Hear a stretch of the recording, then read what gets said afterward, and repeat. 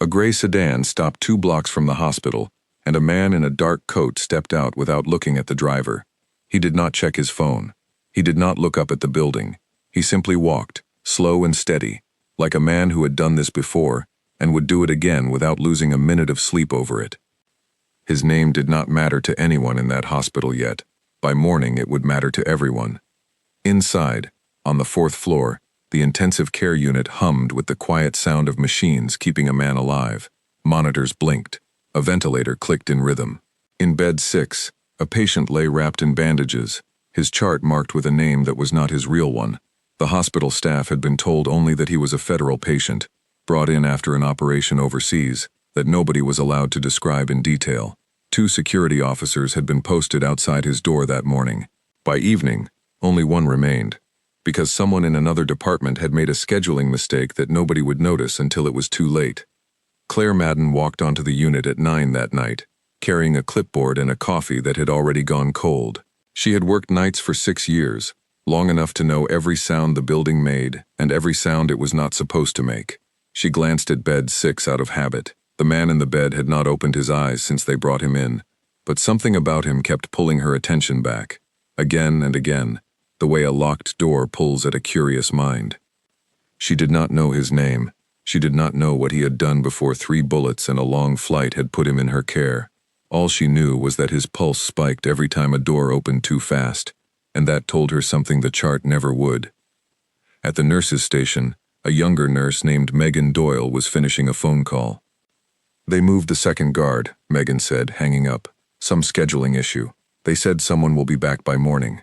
Claire frowned. "Someone should be here now." "It's one night," Megan said. "He's not going anywhere. Look at him."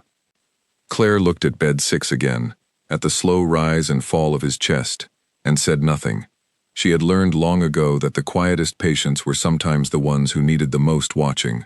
Down on the ground floor, the man in the dark coat reached the main entrance. He did not rush through the doors. He walked at the pace of a man visiting a sick relative, carrying a small bunch of flowers he had bought at a gas station 2 miles away, because gas station flowers were cheap, and nobody at a hospital ever questioned a man carrying flowers. At the front desk, a tired clerk barely looked up. He signed the visitor log under a name that was not his, listed a patient he did not know, and clipped a paper badge to his coat.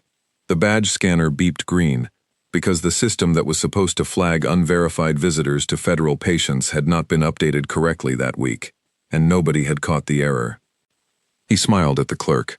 It was a smile that did not reach his eyes, the kind of smile a person practices in a mirror until it looks almost real.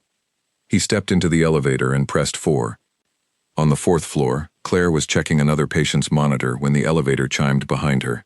She turned out of habit, the way anyone working nights in a hospital learns to turn, cataloging every new face that steps onto a quiet floor after dark.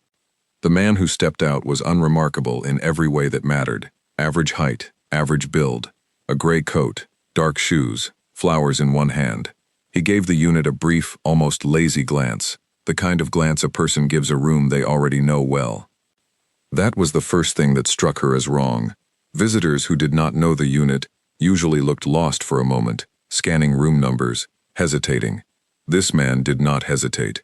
He walked like someone retracing steps he had already memorized.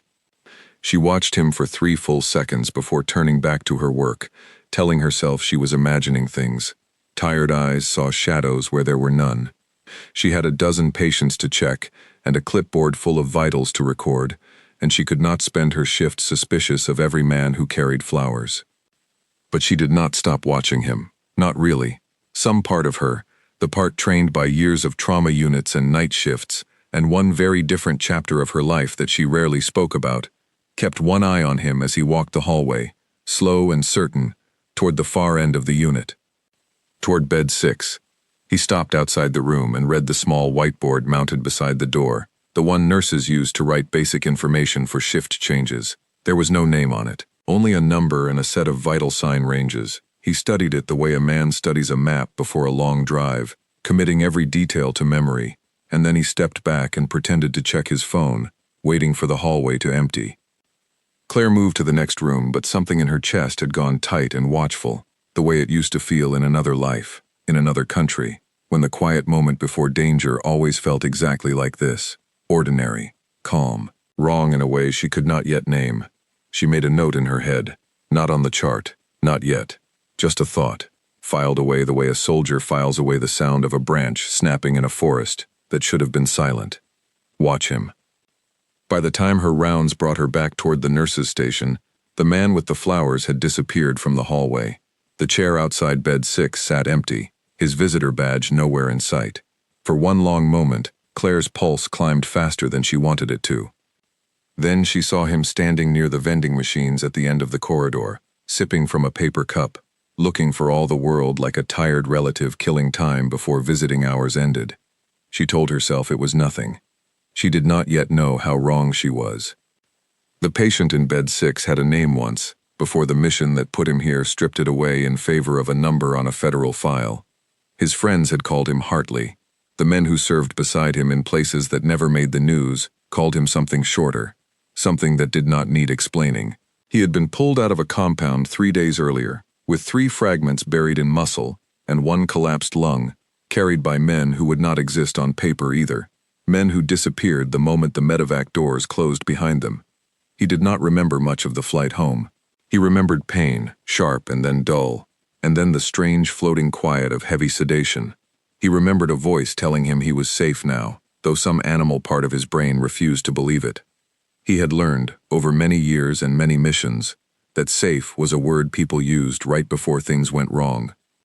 Somewhere above the hospital, in an office with no windows, 2 men who would never set foot in the building themselves discussed a problem. The man in bed 6 had seen something during his last mission that someone with money and influence wanted erased, along with the man who had seen it. A contract had been arranged through channels designed to be untraceable. A payment had already moved through 3 different accounts in 3 different countries. The man with the flowers downstairs was simply the last and most reliable step in a long chain, the kind of man hired precisely because he did not ask questions and did not leave loose ends. He had been given one instruction: make it look like the body simply could not handle the damage already done to it.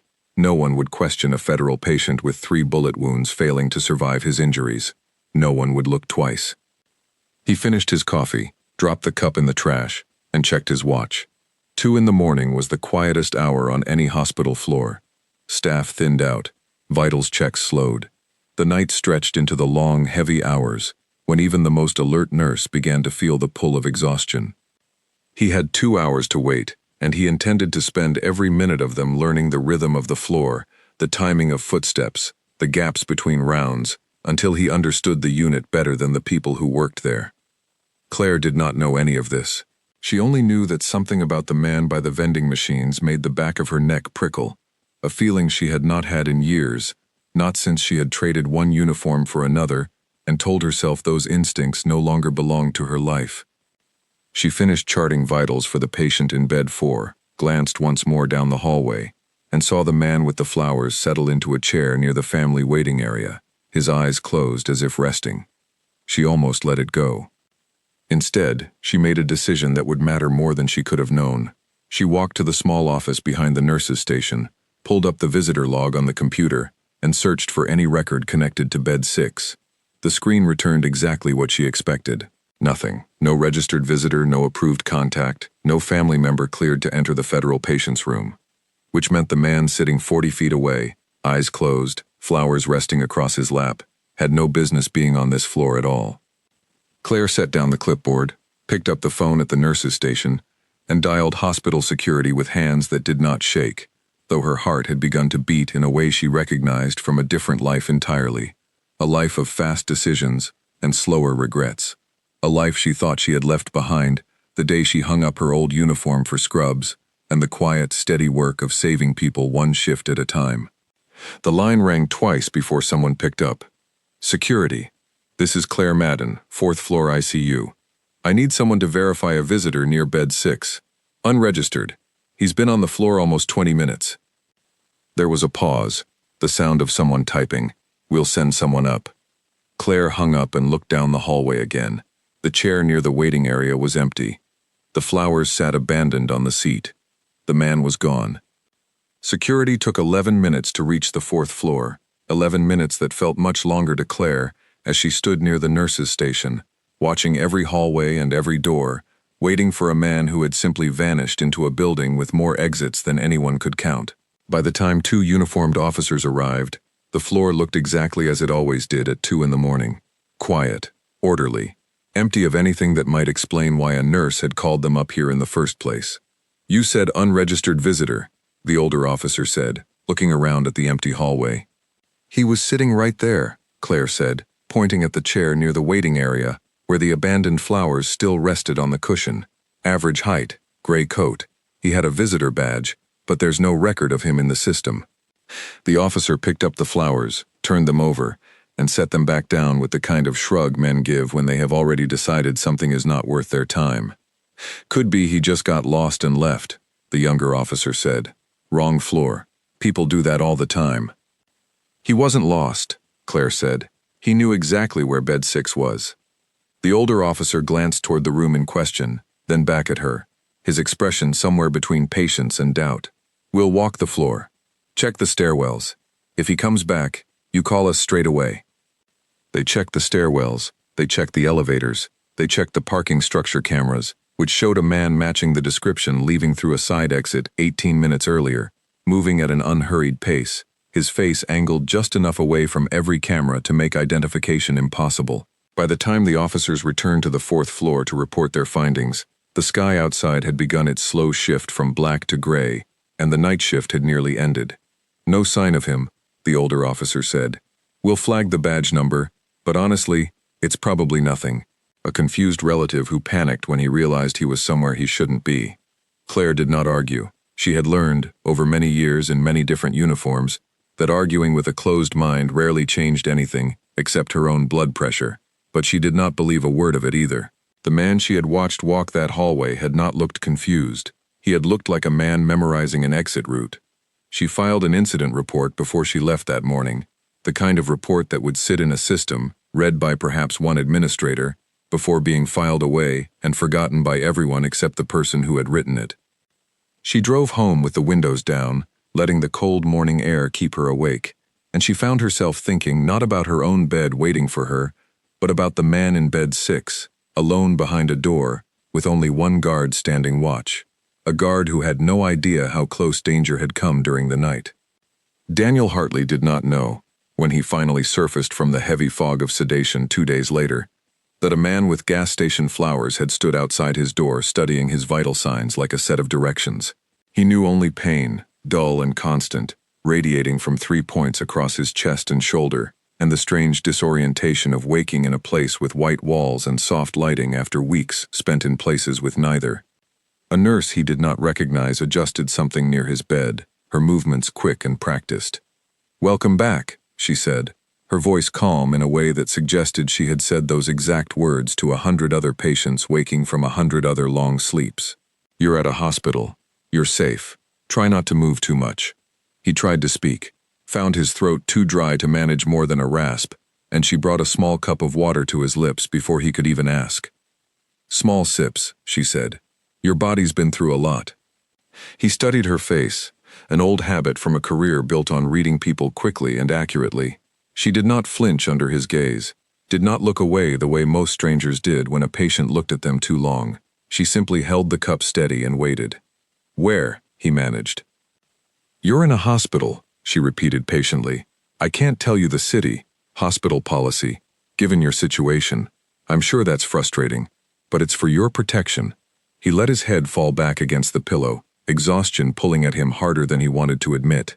He had questions, dozens of them about the mission, about his team, about how badly things had truly gone wrong in that compound 3 days or 3 weeks ago. He genuinely could not tell which, but his body had reached its limit, and within minutes he had drifted back into a heavy, dreamless sleep.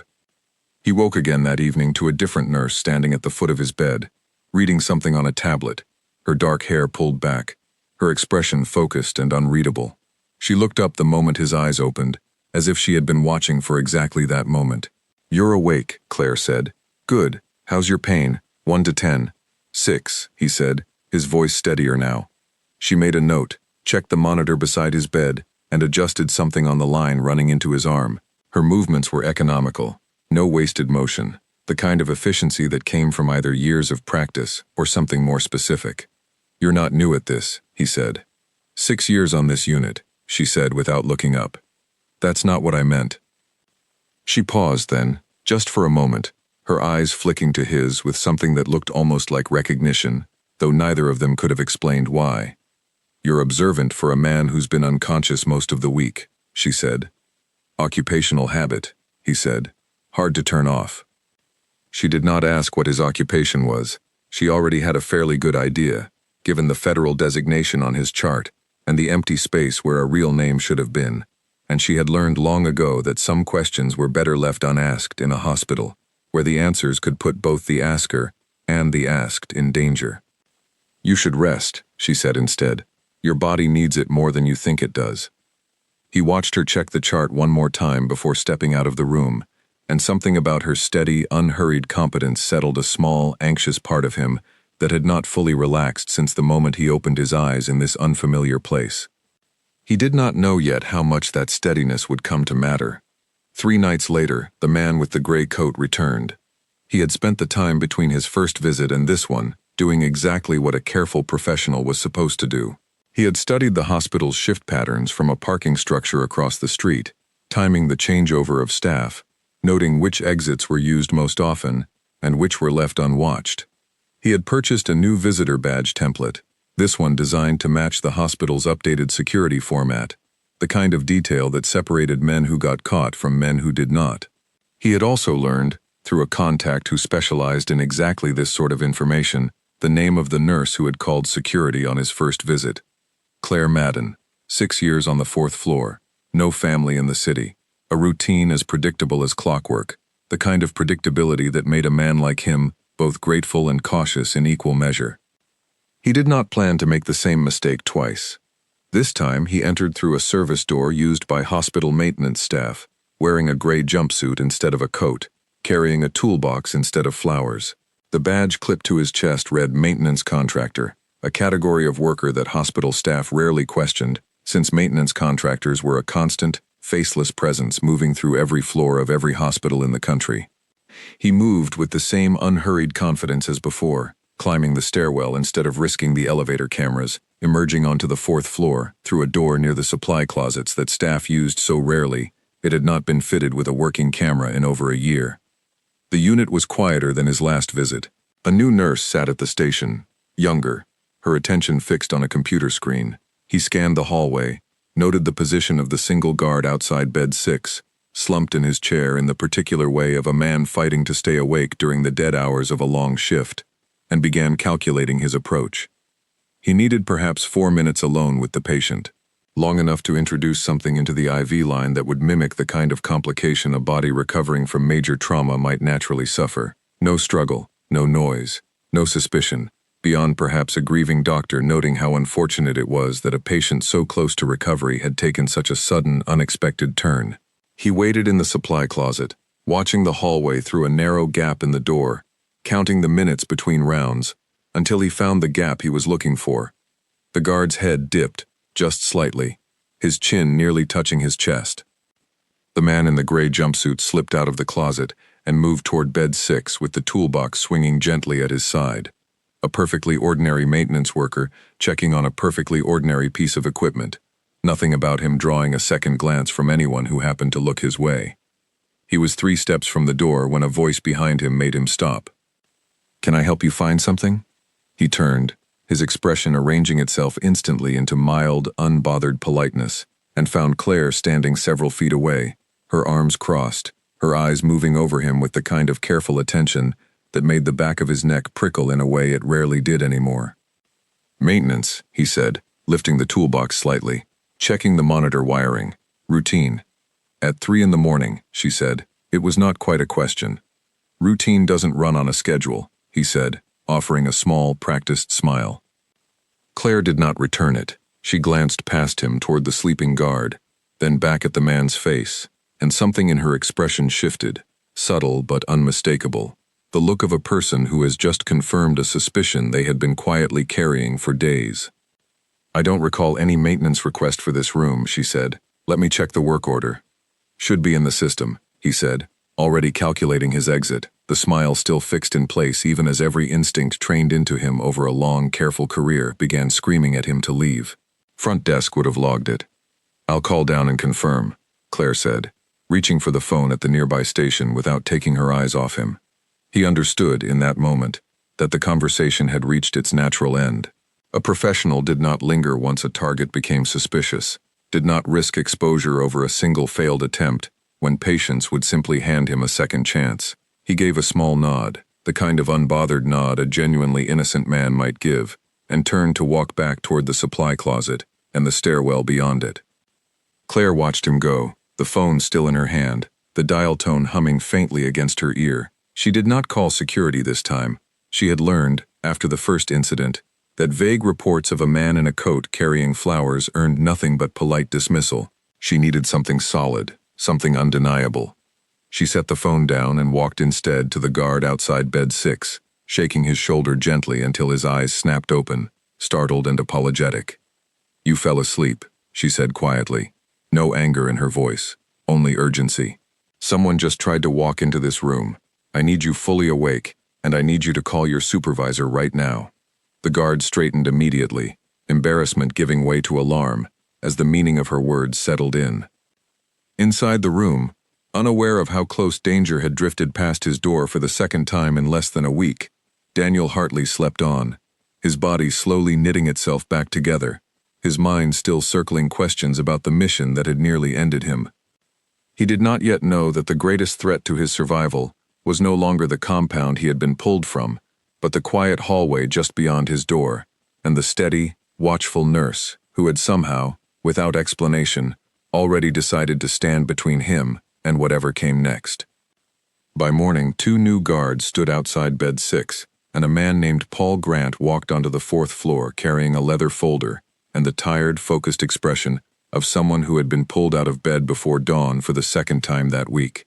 He worked for an agency that did not advertise its name on business cards, the kind of department that existed mostly in budget lines nobody questioned and meetings nobody minded skipping. His job, in the simplest terms, was to make sure people like the man in bed 6 survived long enough to answer questions that mattered to people far above his pay grade. He found Claire finishing her charting at the nurse's station, dark circles under her eyes from a night that had clearly given her little rest. "Nurse Madden?" he asked, holding up a badge she barely glanced at before nodding.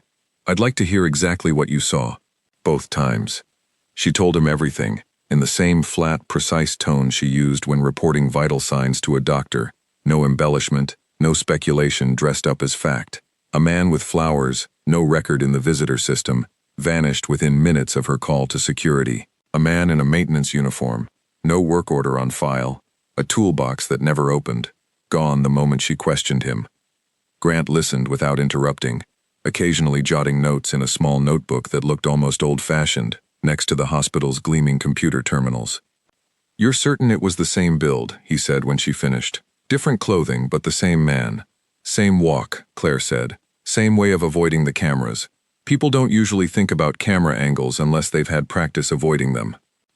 Grant's pen paused over the page. "That's a fairly specific observation for a nurse." "I notice things," she said, offering nothing further, and something in the careful neutrality of her tone told him not to push the matter, at least not yet.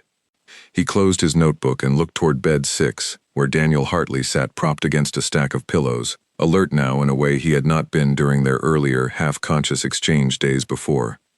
"You're a hard man to keep hidden," Grant said, stepping into the room. "Apparently not hard enough," Daniel said. His voice had regained some of its strength, though the effort of speaking still cost him visibly. 2 attempts in 1 week. Somebody's motivated.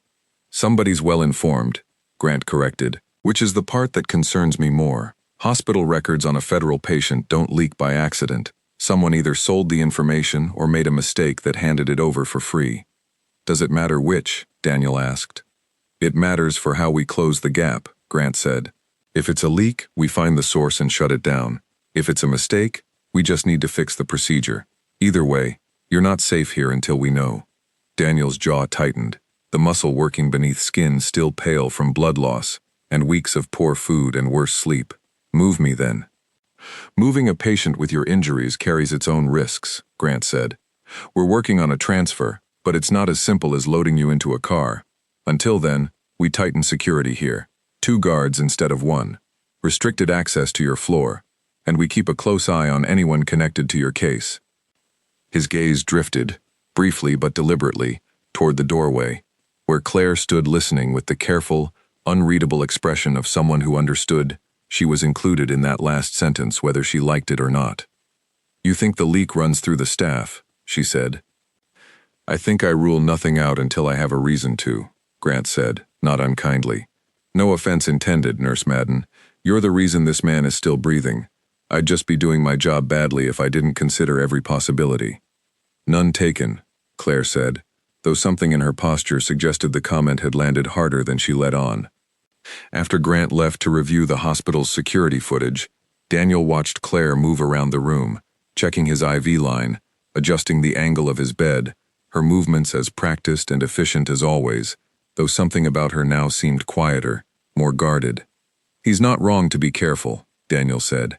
"I'd run the same checks in his position." "I know," Claire said. "Doesn't mean I enjoy being treated like a suspect for doing my job." "For what it's worth," Daniel said, "I don't think you're the leak." She glanced at him, surprised by the directness of it. "You don't know me." "I know you walked toward a man you suspected was dangerous instead of away from him," Daniel said. "Twice. People who sell information for money don't usually do that. They keep their heads down and let things happen." Something in her expression softened, just slightly, before settling back into its usual careful neutrality. "You shouldn't be talking this much. You're supposed to be resting." "Occupational habit," he said, echoing her own words from days earlier. And for the first time since he had woken in this unfamiliar room, something close to a smile flickered across his face. Hard to turn off. She did not smile back, not quite, but she did not look away either, and for a brief moment, the room held something steadier than the tension that had filled it since Grant's arrival. It did not last.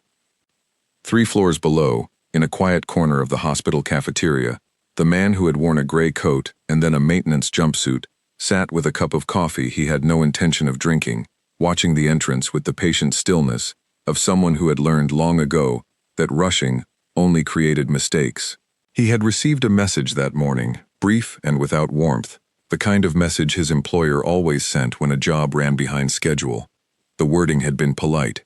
The meaning had not been. He understood the situation clearly enough. 2 failed attempts had cost him the advantage of anonymity. Security had tightened. A federal agent now walked the halls asking pointed questions, and the nurse who had twice interrupted him had clearly not stopped watching, even after both encounters ended without consequence for her. A lesser professional might have considered the job compromised beyond recovery. He did not share that view. Tighter security simply meant a different approach, one that did not rely on walking past cameras or guards at all. He finished his coffee, left the cup on the table, and made a phone call from a number that would be disconnected and discarded within the hour. "The target's been moved to enhance security," he said when the line connected. "Direct access isn't viable for at least another week." "That's not acceptable," the voice on the other end said, flat and unbothered by the inconvenience of someone else's risk. "He's scheduled for transfer to a secure facility once he's stable. Once that happens, our window closes permanently." "Understood," he said. "I have an alternative." "I'm listening." "The nurse," he said. "She's the reason both attempts failed. She's also the most predictable person in that building. Routine schedule, no family nearby, drives the same route home every morning. If I can't reach him directly, I create a situation that forces him into the open, or I find another way through her." There was a pause on the line, considering.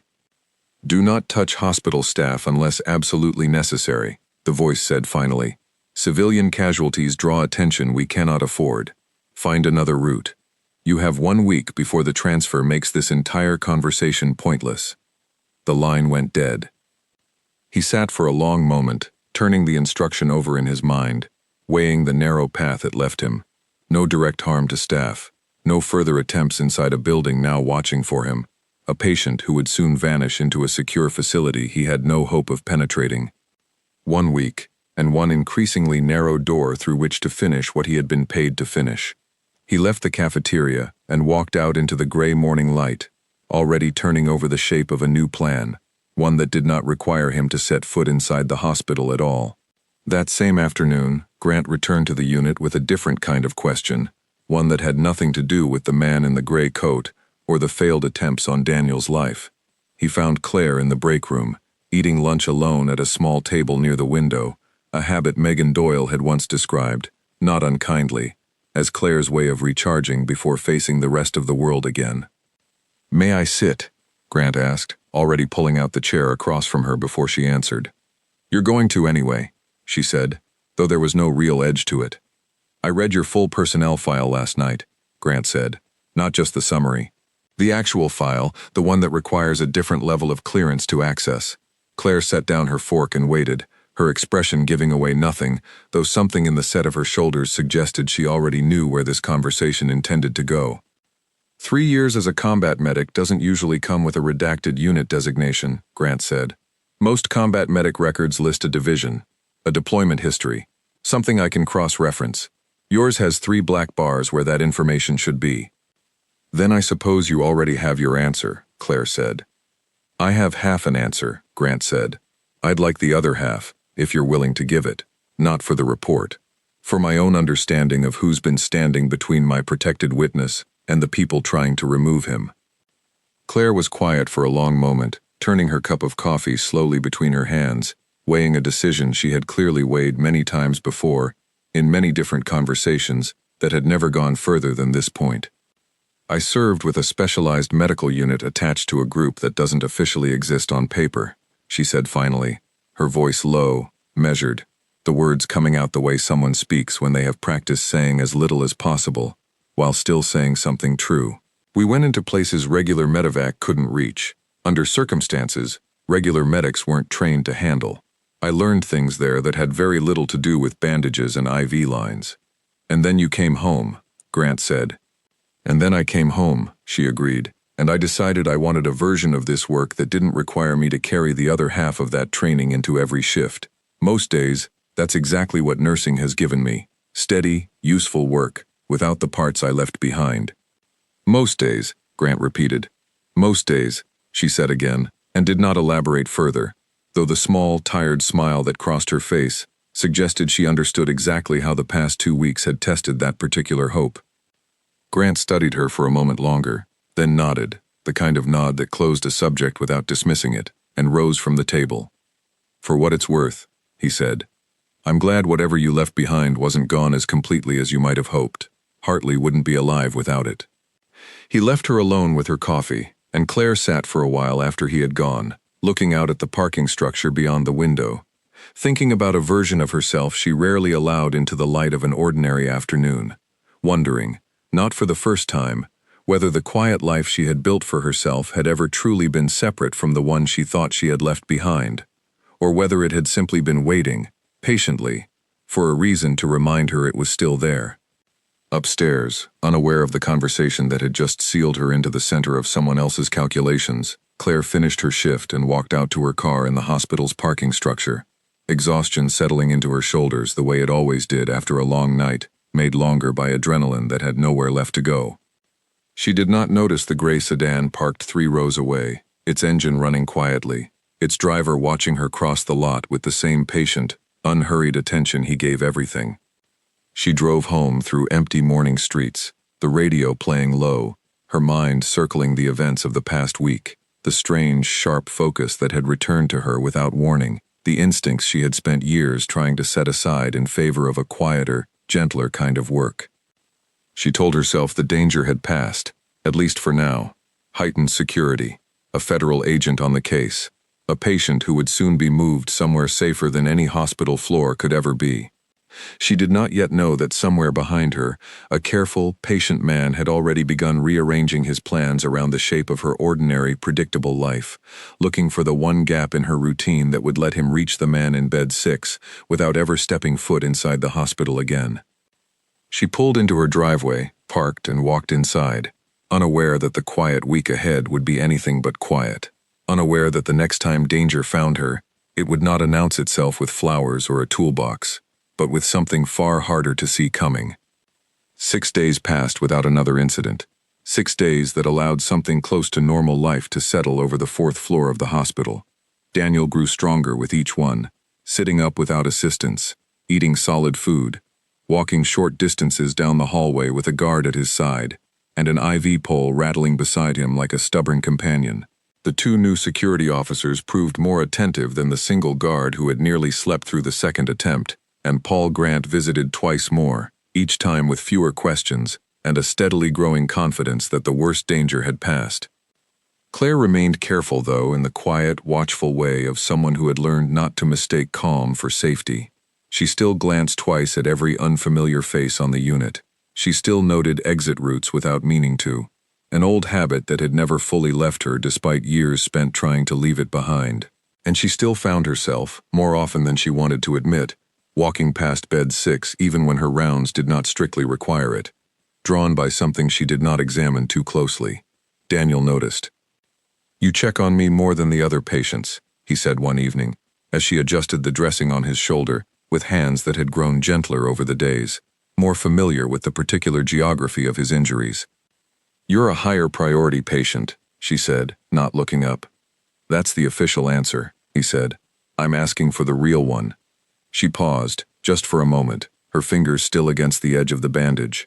"You're the only patient on this floor someone's tried to kill twice. Forgive me for keeping a closer eye." "Fair," he said, and something in his tone suggested he understood she had not fully answered his question, and that he had decided, for now, not to push further.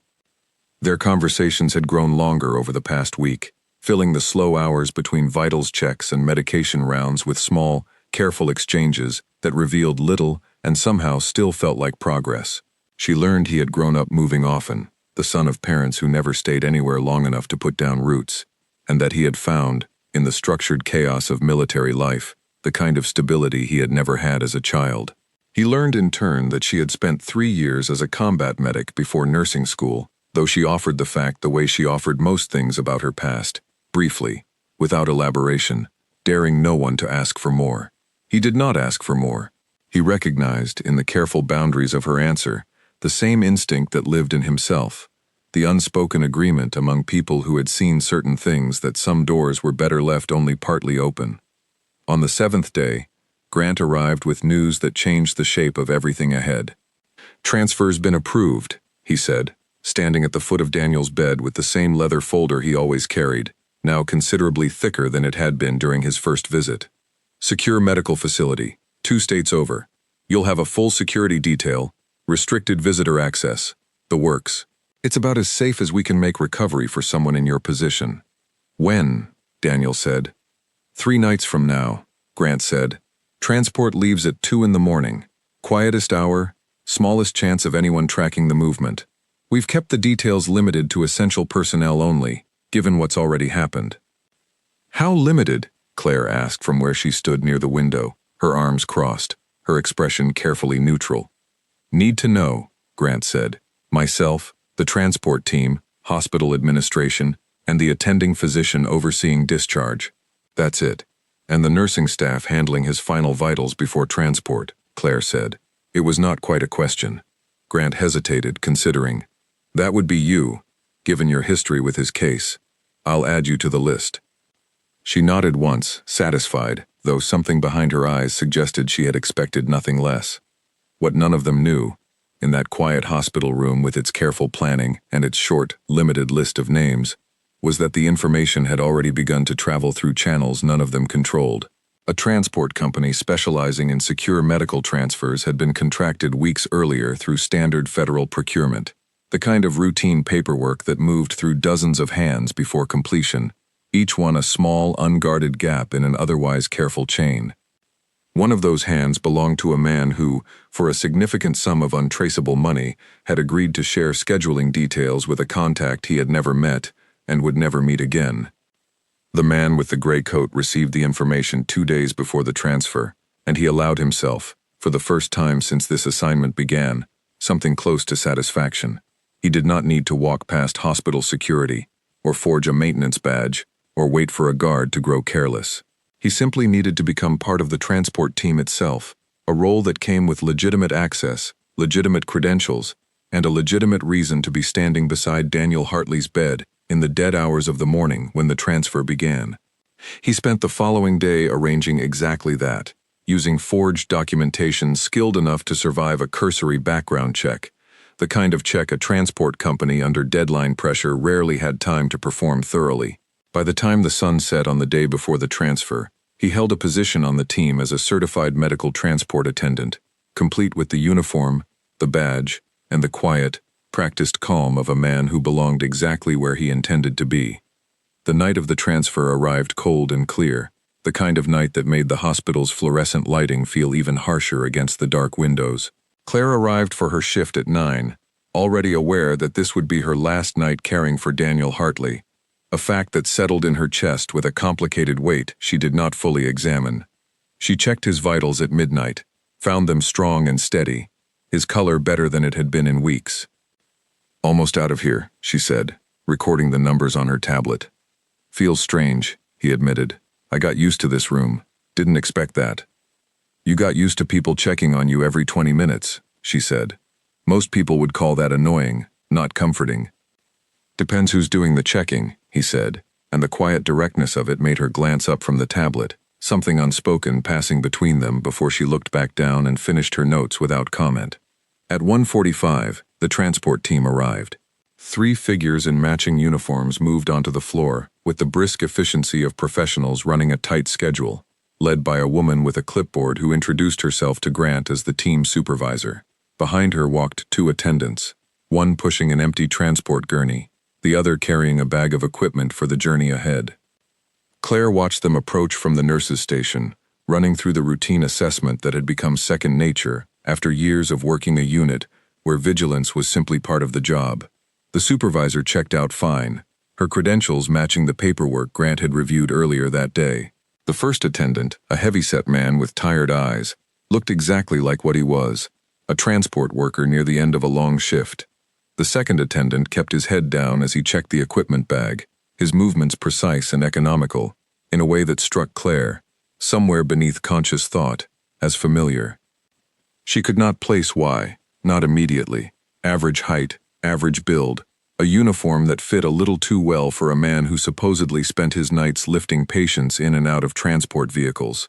He did not look up as the supervisor spoke with Grant, did not glance toward the room where his actual assignment lay waiting, the careful discipline of a professional who understood that curiosity drew attention faster than almost anything else. Claire's pulse quickened before her conscious mind had fully caught up to the reason why. She walked toward bed 6 instead of toward the transport team, telling herself she needed to perform Daniel's final vitals check before the move began, which was true, but which was also, in that moment, an excuse to put herself closer to the room and the man inside it. "Last check before you go," she said, stepping inside, her voice steady, despite the alarm building quietly beneath it. Daniel studied her face, reading something in her expression that years of training had taught him never to ignore. "What's wrong?" "Maybe nothing," she said, attaching the blood pressure cuff with hands that remained perfectly steady, even as her mind raced through the last several minutes, replaying the second attendant's posture, his economy of movement, the careful way he had kept his face angled from the overhead lights. The same way a man avoided cameras when he had practiced doing it. "Claire," Daniel said quietly, using her name for the first time since he had learned it, the directness of it cutting through the noise in her head. "What's wrong?" "I think he's here," she said, just above a whisper. "The transport team." The second attendant. "I think it's him." Daniel's expression did not change in any way a casual observer might have noticed, but something in his posture shifted instantly. The loose, recovering patient, replaced in the space of a breath by someone far more alert, far more dangerous than his bandages and IV lines suggested. "Get Grant," he said, "now." Claire turned toward the door, already moving, and found the doorway filled. The second attendant stood there, the equipment bag no longer in his hands, his expression calm in a way that confirmed every instinct that had brought her to this moment. "Going somewhere?" he asked quietly, his voice carrying none of the urgency the situation demanded, only a kind of patient, professional calm that was somehow more unsettling than anger would have been. "This room is restricted," Claire said, her own voice flat and controlled, refusing to give him the satisfaction of hearing fear in it. "You shouldn't be in here."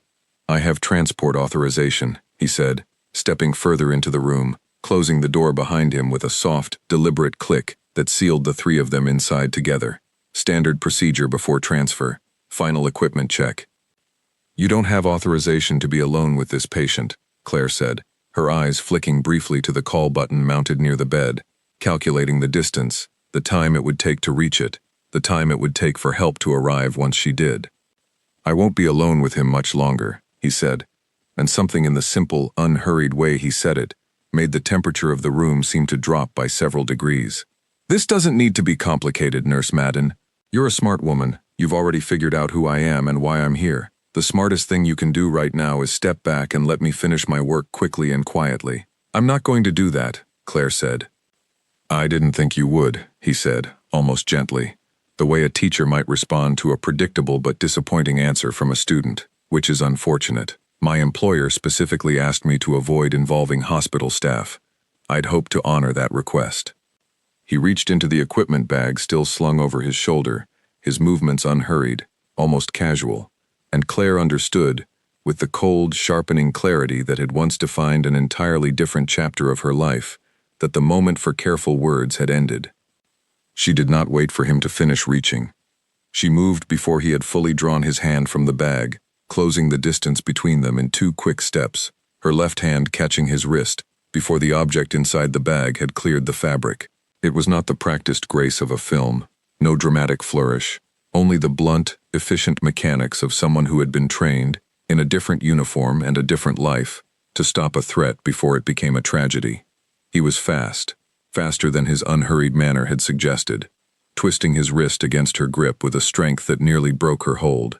But she had expected resistance, had already shifted her weight into the turn, using his own momentum against him the way she had been taught years ago by instructors who never raised their voices and never repeated a lesson twice. Her shoulder drove into his chest, off balance and unprepared for the sudden, controlled violence of someone who looked nothing like a threat until the exact moment she became one.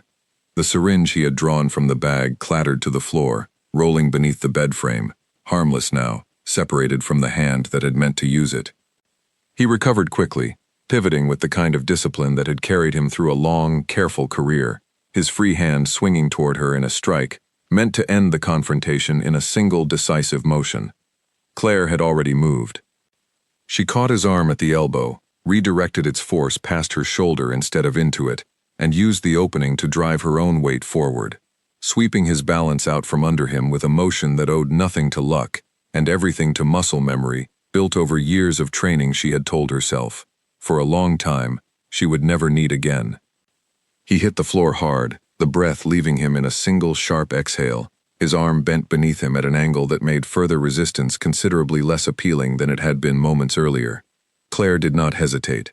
She dropped her knee against his shoulder, pinning him with controlled, deliberate pressure, and reached for the cord of the call button still dangling from its mount near the bed, wrapping it twice around his wrists with the quick, practiced motions of someone securing a line rather than a person. Claire, Daniel said from the bed, his voice tight with the strain of having pushed himself upright despite his injuries, his hand pressed against the rail for support. Are you hurt? I'm fine, she said, breathing hard, her eyes never leaving the man pinned beneath her. Press the call button, now. Daniel reached the second button mounted on the opposite rail, the one wired directly to hospital security rather than the nurse's station, and pressed it 3 times in rapid succession, the universal signal for an emergency requiring immediate response.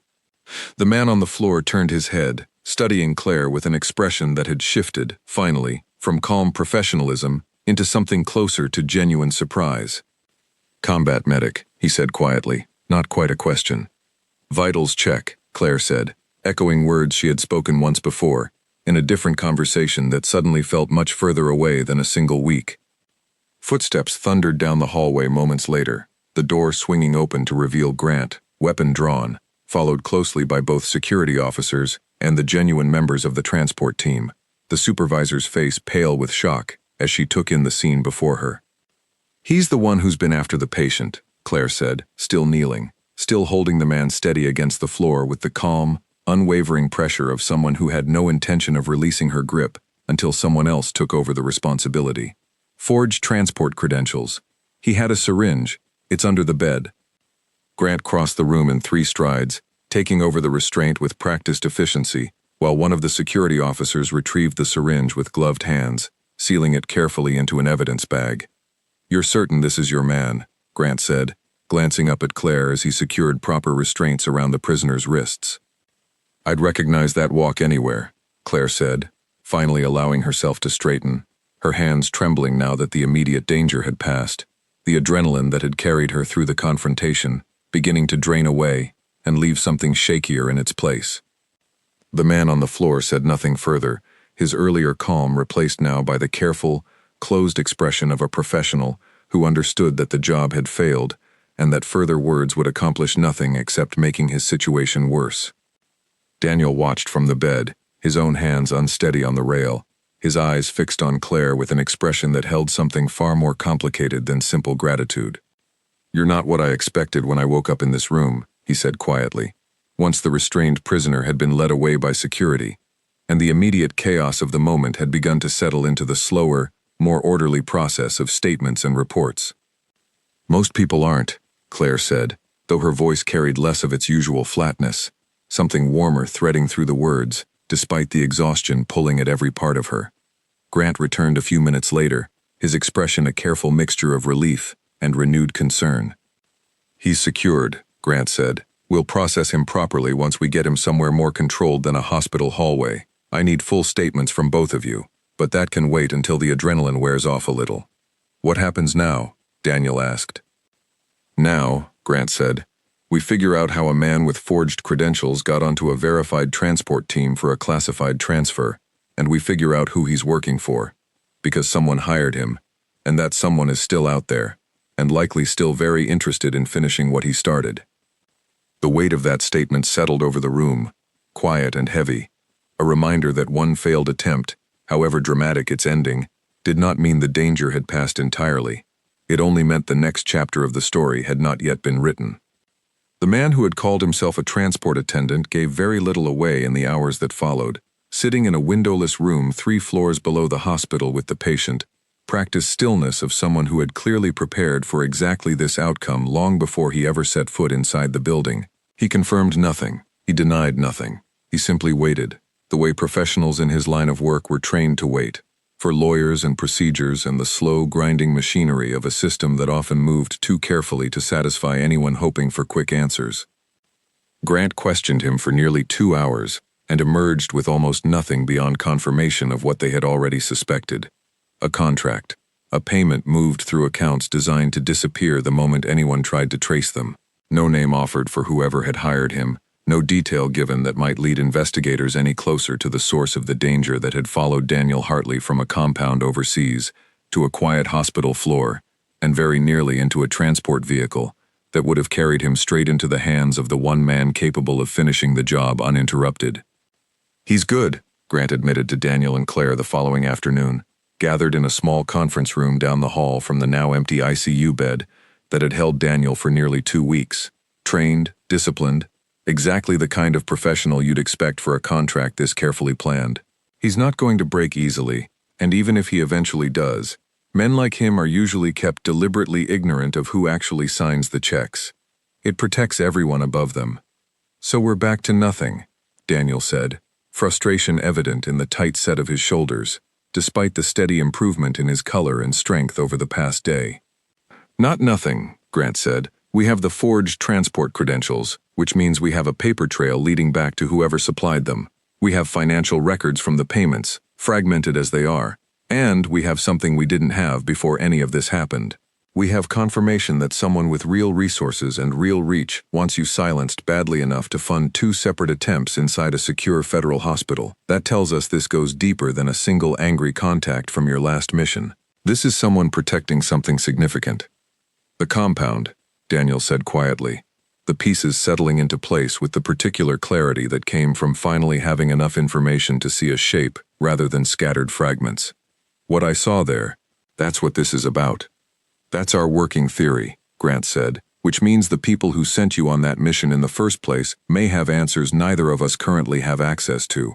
I've requested a full briefing from the agency that ran the operation. It's being processed through channels well above either of our clearance levels, which means it will take time, but it will come." Claire listened from the edge of the room, saying little, her attention split between the conversation and the quiet, persistent worry that had not fully left her since the previous night's confrontation. She had given her own statement hours earlier, recounting the details with the same flat precision she used for everything, though Grant had paused more than once during her account, studying her with an expression that suggested he was reconsidering several assumptions he had clearly carried into their first meeting. "Your file mentioned 3 years of combat medic service," Grant said to her now, almost as an aside, though the weight behind the question suggested it mattered considerably more than his casual tone implied. "It did," Claire said simply. "That training doesn't typically include hand-to-hand disarming of a trained professional," Grant said, "not at the level I watched described in your statement." "I had additional training," Claire said, offering nothing further, the same careful boundary she had maintained since the night Daniel first asked her a similar question. Grant studied her for a long moment, clearly recognizing the same closed door Daniel had recognized days earlier, and clearly deciding, as Daniel had, that pushing further would accomplish little beyond making an already difficult week more difficult for everyone involved. "Whatever that additional training was," Grant said finally, "it likely saved this man's life last night. I'll make sure that's noted properly in the official report, regardless of how much detail you're willing to share about where it came from." Claire nodded once, a small, private acknowledgement that seemed to settle something between them, and the conversation moved on to more immediate matters. The transfer to the secure facility had been postponed indefinitely, while investigators worked to determine how deeply the leak had penetrated the transport company's systems, and how many other gaps might exist in the careful chain of procedures meant to keep federal patients safe. In the meantime, Daniel would remain at the hospital under significantly tighter security, his location and condition shared with an even smaller circle than before, the list of trusted names narrowed down to the people who had already proven, through fire rather than paperwork, that they deserved to be on it. The days that followed settled into a new rhythm, quieter than the chaos of the transfer night, but charged with an undercurrent of vigilance that never fully faded. Daniel continued his recovery, walking longer distances each day, color returning fully to skin that had been pale and gray for weeks. Grant visited often, sometimes with updates, sometimes simply to confirm in person that the increased security measures held, his initial brisk formality softening gradually into something closer to genuine respect, particularly toward Claire, whose quiet competence he had come to trust without quite admitting it aloud.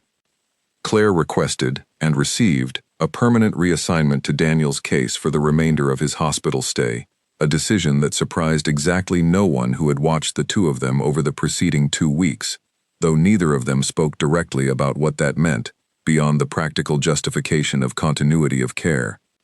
10 days after the failed transport attempt, Grant arrived with news that finally gave shape to the danger that had shadowed Daniel since the moment he opened his eyes in that hospital bed.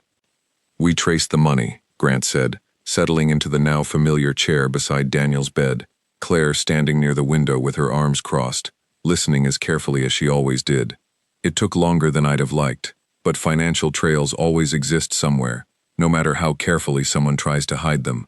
The payments originated from a shell company linked to a private contractor who held a senior position overseeing the operation that put you in that compound in the first place. Someone on our own side," Daniel said, his voice flat with the particular kind of anger that came from betrayal rather than surprise. "Someone who profited heavily from arrangements that operation was supposed to expose," Grant said. "What you saw in that compound wasn't just evidence of an enemy position. It was evidence connecting that contractor to deals he had no legal right to be making. You weren't just a soldier who completed a mission. You became a witness to something that could end a very comfortable, very lucrative career, and possibly land that career's owner in a federal prison for a very long time. So he hired someone to make sure I never woke up to testify," Daniel said. "That's our assessment," Grant said, "and it's enough to move on. We've already begun building a case, and, given what we now know, I expect an arrest within the week, quietly, carefully, in a way that doesn't tip him off before we're ready to move." Claire said little during this exchange, though something in her posture eased slightly, the particular tension she had carried since the night of the confrontation finally beginning to loosen, now that the danger had a name and a face attached to it, rather than remaining the shapeless, unpredictable threat it had been for weeks. The arrest, when it came 6 days later, happened quietly and without fanfare, exactly as Grant had promised. A contractor with an impressive resume and an expensive home taken into custody before he ever realized the careful, patient case being built against him had reached its conclusion.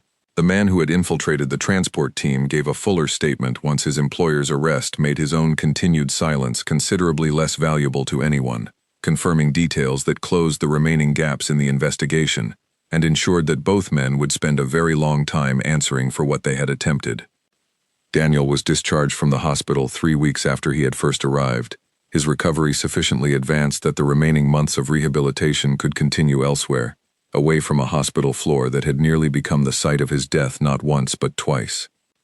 On his final morning, he found Claire at the nurse's station, finishing paperwork that had nothing to do with him, though he suspected, given the careful way she had been avoiding looking toward his room all morning, that she had timed her tasks deliberately to avoid an awkward goodbye in front of an audience.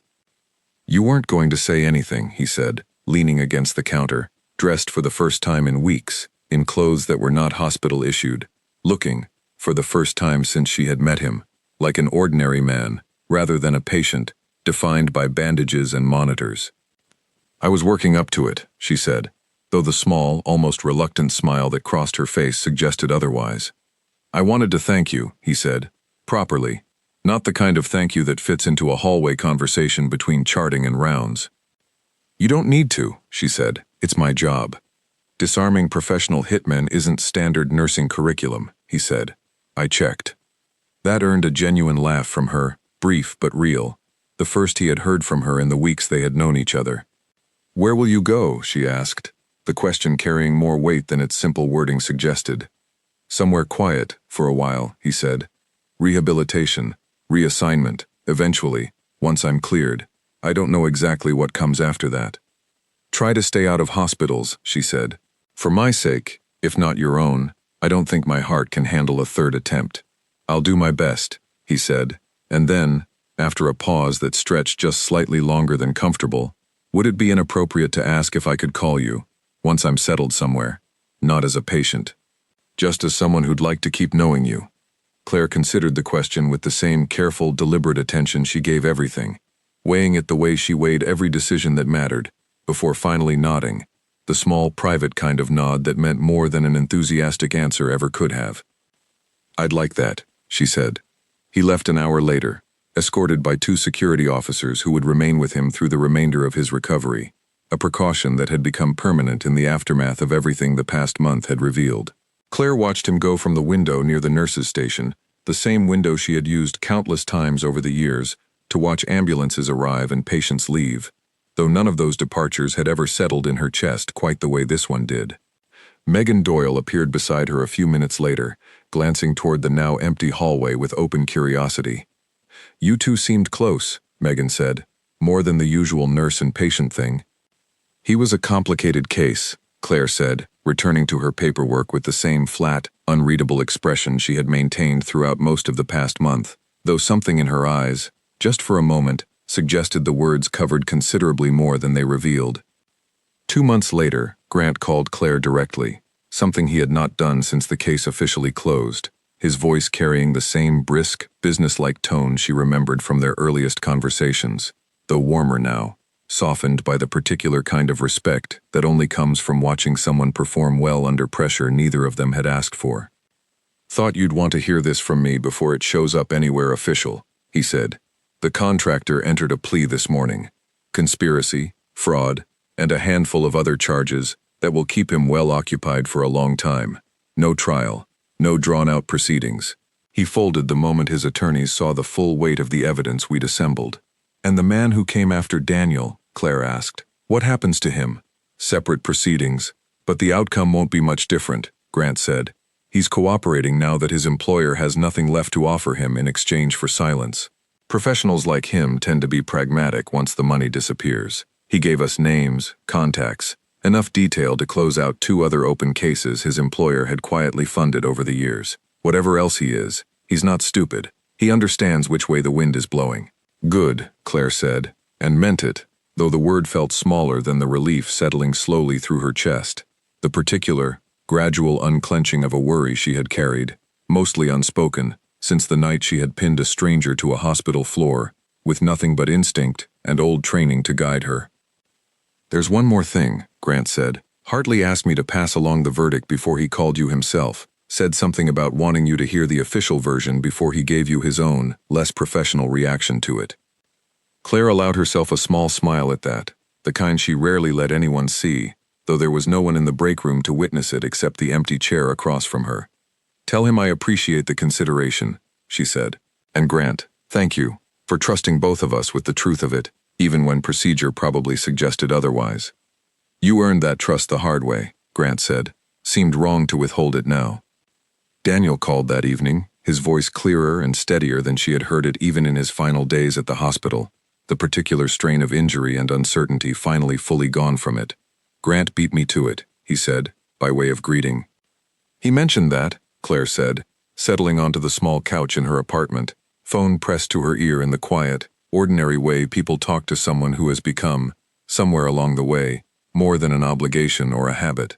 Felt strange, hearing it secondhand. "I wanted to tell you myself," Daniel said. "Just took longer to work up to it than I expected.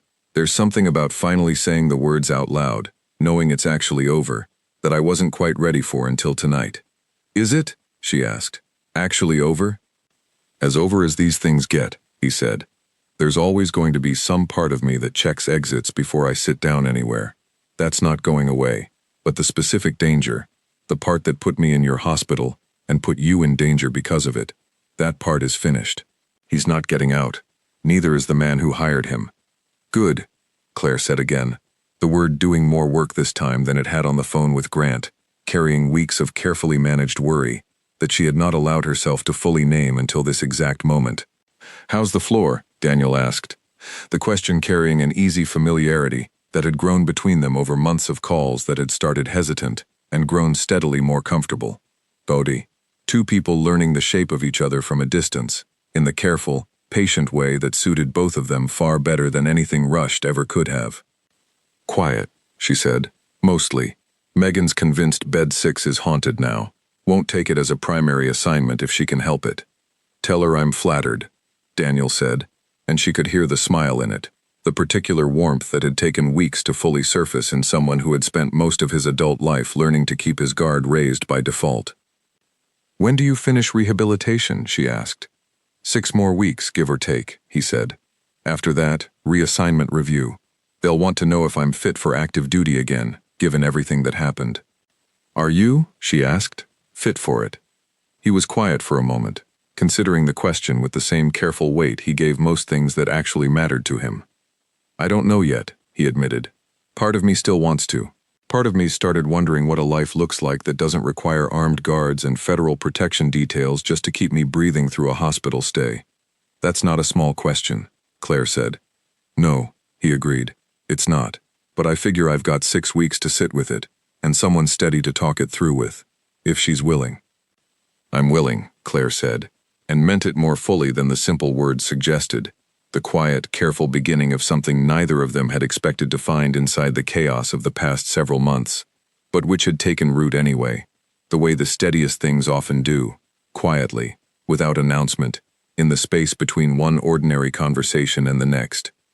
The 4th floor returned, in the weeks that followed, to its usual rhythm of quiet nights and careful routines, the brief, dangerous chapter involving bed 6 fading slowly into the kind of story staff told each other during slow shifts, embellished slightly with each retelling, the details softening into something closer to legend than memory.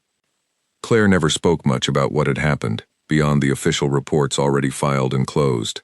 She did not correct the exaggerations that crept into the hallway version of events, nor did she confirm them. She simply continued her work, night after night, the same careful, watchful presence she had always been, though those who worked closely beside her sometimes noticed, in quiet moments, a faint smile crossing her face, when her phone buzzed with a message from a number she had saved under a single name. No titles, no explanations needed for anyone who knew the story behind it. Somewhere else, in a different city, in a different kind of recovery, Daniel Hartley carried a small folded note in his jacket pocket, the kind of thing a man might keep simply because it represented the moment his life had nearly ended, and instead, through nothing but the steady, unflinching competence of a stranger who refused to step back, had been allowed to continue. The note held no grand words, nothing dramatic enough for the story that had produced it. It simply read, in handwriting that had grown steadier each day she had checked on him, 3 words that meant more than the danger, the investigation, and the arrest that had followed it ever could. Vitals check, always. It was, in its own quiet way, a beginning rather than an ending. The kind of story that did not close neatly behind a single dramatic night, but instead carried forward into something steadier, something built not on danger, but on the simple, stubborn decision of one person to stand between another and whatever came next, and to keep standing there, long after the immediate threat had passed.